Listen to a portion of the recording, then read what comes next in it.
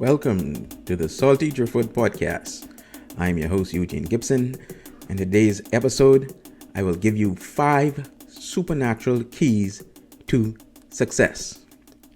I hope everyone is doing well. And if you aren't, like I always say, I hope you do better. So let's get straight into it. The 5 supernatural keys to success. Number 1, find purpose. Notice, I didn't say find your purpose, or I said find a purpose. I said find purpose. Some of you may say, "Oh, Gibson, you already start off far-fetched. I thought this might have been simple." Some of you may be saying, but some of you may say that because for most people, we've been hearing that over and over and over, especially in this motivational age with the books and the seminars and stuff. Find your purpose. But I'm telling you, it's a simple thing to do is find purpose. When I say find purpose, right? You don't have to go through your whole life trying to figure out what your purpose is, right? Just attach yourself to a higher purpose that already exists. I would say a divine entity, but I mean, that's your choice. That's up to you. Your belief if you believe in a higher entity, attach yourself to a divine entity, or attach yourself to some divine principles, such as love, joy, peace. And when you attach yourself to them, commune with them. Let me give you an example. Let's say I decide the divine principle, the higher purpose I want to attach myself to is love. Right? So first, I would want to learn brotherly love, right? And so I'm able to express brotherly love to others. Guess what? That's a purpose right there, because that will be a lifelong journey. You see, a lot of us think that success is a one-off event because that's how we've been programmed to believe. But success is actually an ongoing process, right? That continues to go on. Success is just not, hey, boom, I invent this thing and boom, it's successful. No, success is an ongoing process. And when you attach yourself to a higher purpose or principle, then what you've done is you've created a lifelong journey. And you will have success continuously along the way in different areas if you honestly commune with that purpose and principle. And what this does is this helps to create your values or your belief system, or the things you hold dear to how you want to live, which take us on to the second supernatural key to success. Once you have your values, then you can do perhaps the next important thing: define your measurement of success based on your values, which you've established by attaching yourself to a higher purpose or principle. Now, we in this society today, in this present society, we have fallen for the trap of what success is, or how I would put it. I you know me, I always blame in the media. The media definition of success. Let's say a billionaires, they are another one of my targets. I don't mean to do it. Now, I don't want, like I said, I don't want people to think I'm a socialist, but they're visible. They put themselves there. So, hey, they targets. So let's say a billionaire. We've been told that because he became a billionaire and wealthy, he was successful. Now, mind you, he might have established that his view of success is for him to become a billionaire, become wealthy, which is fine. But to me, based on my definition of success, and which has manifested itself in my life because I've accomplished the things that I've already established as being success, right? In my view, he may be successful at being wealthy because that's the world definition of success. But in my view, he isn't successful because I don't know him personally, so I don't know what his values truly are. They could say it, but I don't know. But success, one of the parts of success for me is that for me into ensuring that I have balance in my relationship with the divine, with myself, and with those around me, with family, friends, even strangers. That's success for me. Once I have balance in that, that's success for me. And that set my purpose. Okay? So the second key is define your measure, or define what success is to you, I should say. Define what success is to you. And once you've done that, then you can move on to the third key, this third supernatural key to success, which is set reasonable goals. When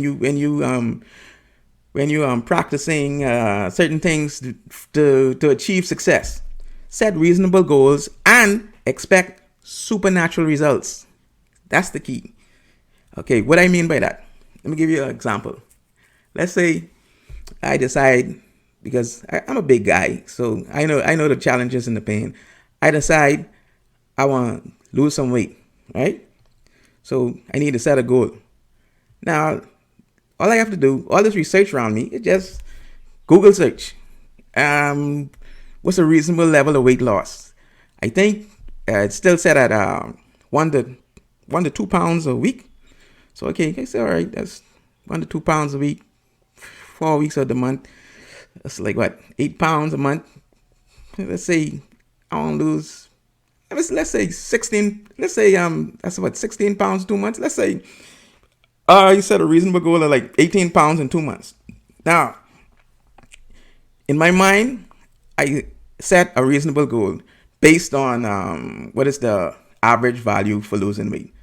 But I expecting supernatural results, because I expecting more in the future. See, the future really doesn't exist.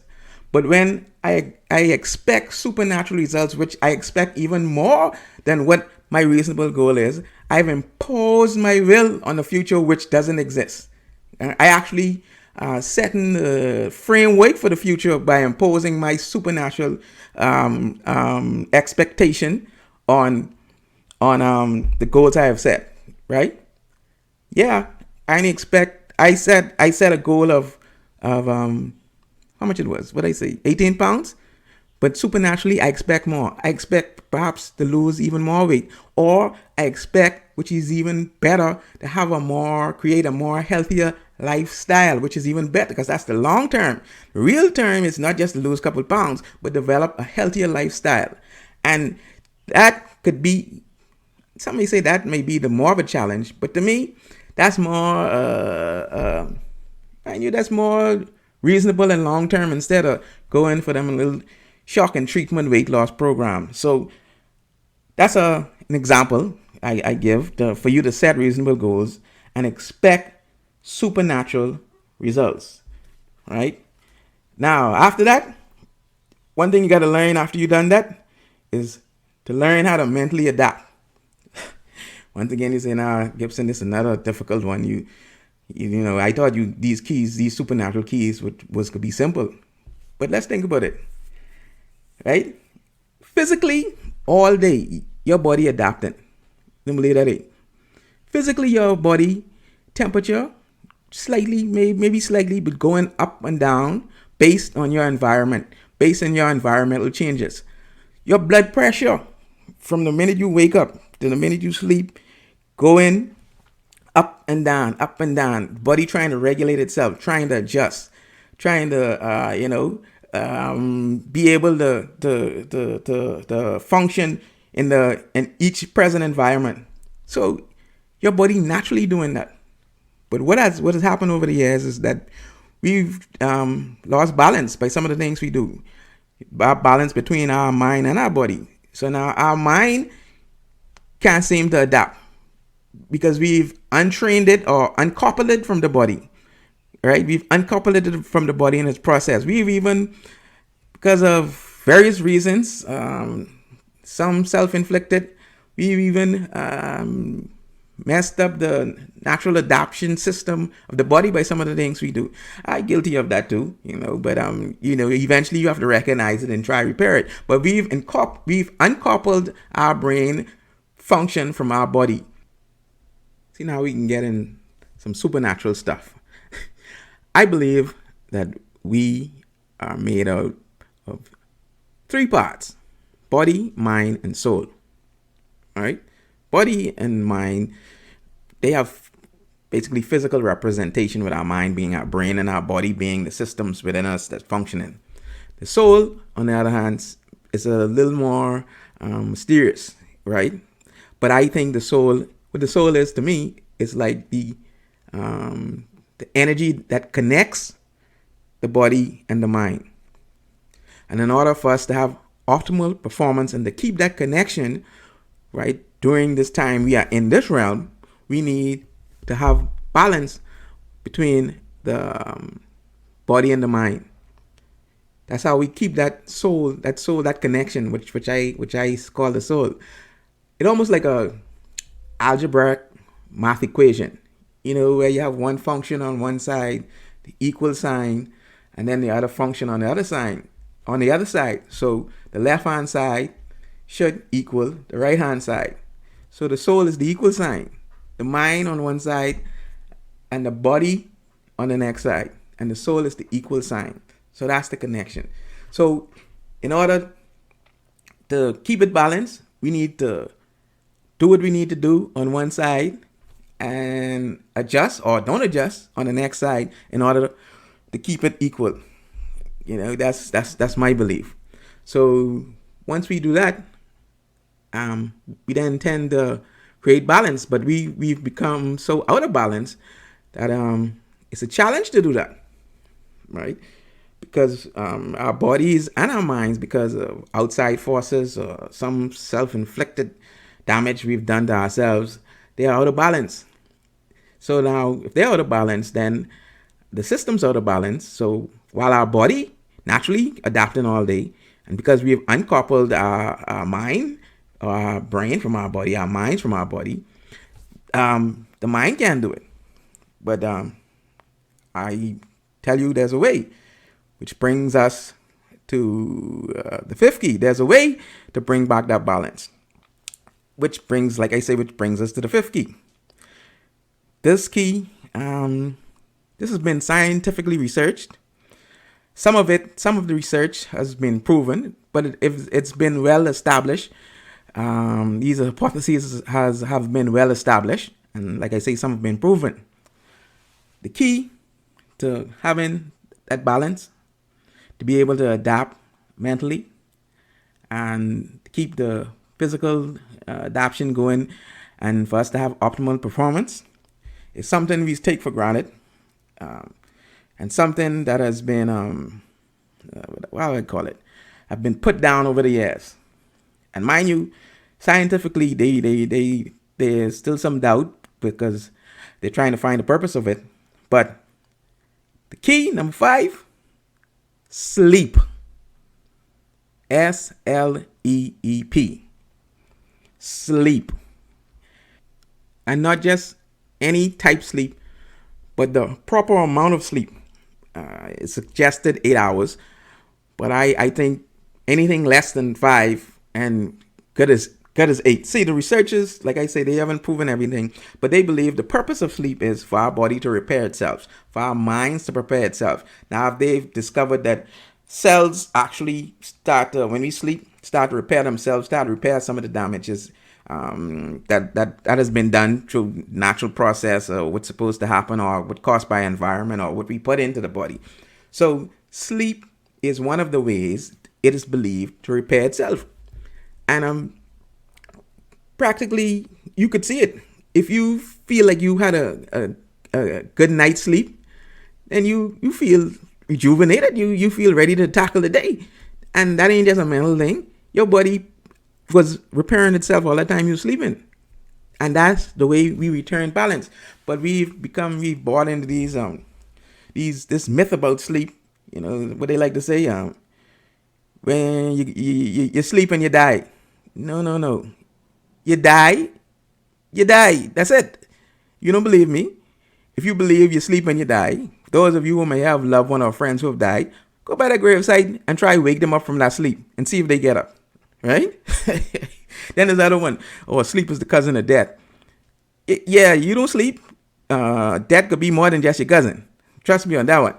Because I mean, I've been through it. I believe a lot of us have sleep deprivation based on various things, and most of it comes from our work lives. Well, we in the system. We in the system. It is what it is. Where you gotta work, and you gotta work, and you get them hours, and you get them hours, and blah blah blah, blah whatever to get ahead. Because first of all, like I said before, our definition of success is based on some other person's definition of success. And we be realistic now. You really gotta work a little extra nowadays just to survive. Not even just to become wealthy, just to survive. But you almost must remember to try as much as you could to get sleep. Make time for sleep. Yeah, make time for sleep. We say, we like once again, we fall behind these phrases and stuff from these people who we believe successful. Oh, I don't have no time. I work X amount of hours a day and blah blah. I don't have no time. I don't have time for sleep, right?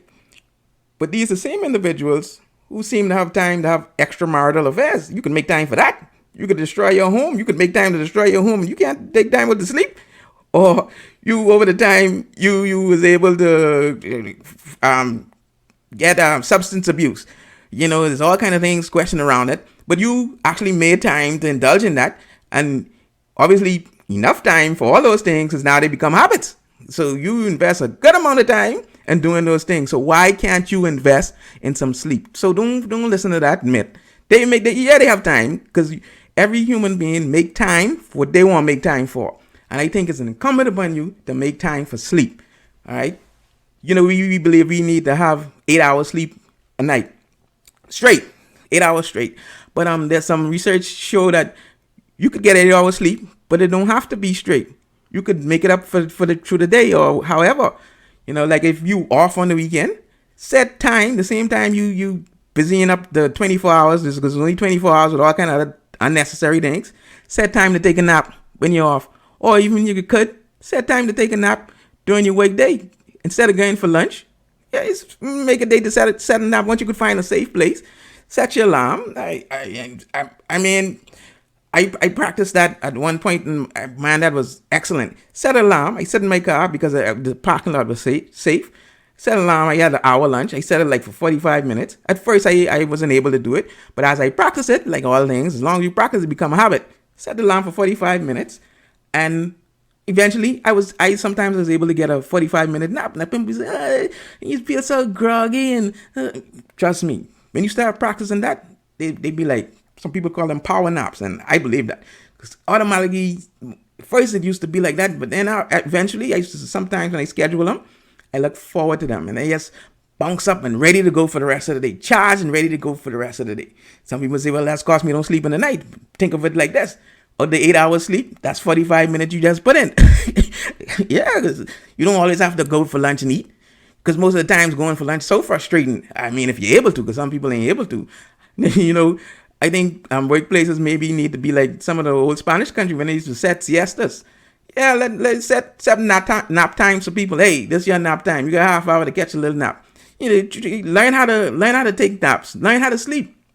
The same way you could set a date with yourself or others. When I get out after and do all my family duties, I get Netflix and chill. Yeah, set a date with sleep. Say, oh yeah, sleep. I turning off this phone. Yeah, turn off this TV. Turn off this light. Now, if you have a spouse, it may be kind of difficult, but let her also introduce her to setting the date with sleep. Or him or her or whatever, set a date with sleep. And you all set the date with sleep. Turn off all them lights. But after all, if you have kids, you do all them things. But set a date for sleep. Most of us say we don't have time. But after we done deal with what we have to deal with, we on the phone. Or we continuing to do work. We trying to stay ahead. Or we watching TV. Set a date with sleep. Set a date with sleep. Even if you don't do it frequently, set at least one night with sleep. If it's your kids, you are the supervision in the house. Set a date night with sleep for everybody. Sleep time. Do what you got to do. So now that you could establish that sleep is just as important. And once you have that sleep, then now you're able to adapt mentally now because your body now getting in balance.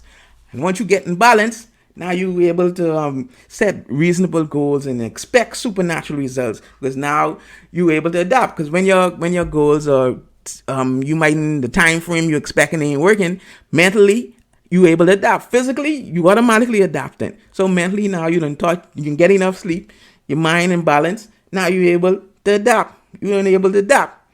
So now after you're able to that, and you're able to accomplish your goals, you get in your success because you attach yourself to a higher purpose. So now, boom, success. And that is my 5 supernatural keys to success. Now, some people may say, yeah, they sound good, but just me alone doing this episode or doing this podcast is success to me, because I've set some things in my mind of the reasons why I want to do this podcast. And on this 25th episode, I'm happy to say that I have been successful in accomplishing the things that I want to do. Now, the analytics may not say it, the numbers may not show it, but that's fine. My reason was not to get the numbers or whatever, and it would be good if I able to get them, but I had some goals in my mind, and with this 25th episode, I can guarantee you and tell you all I was successful.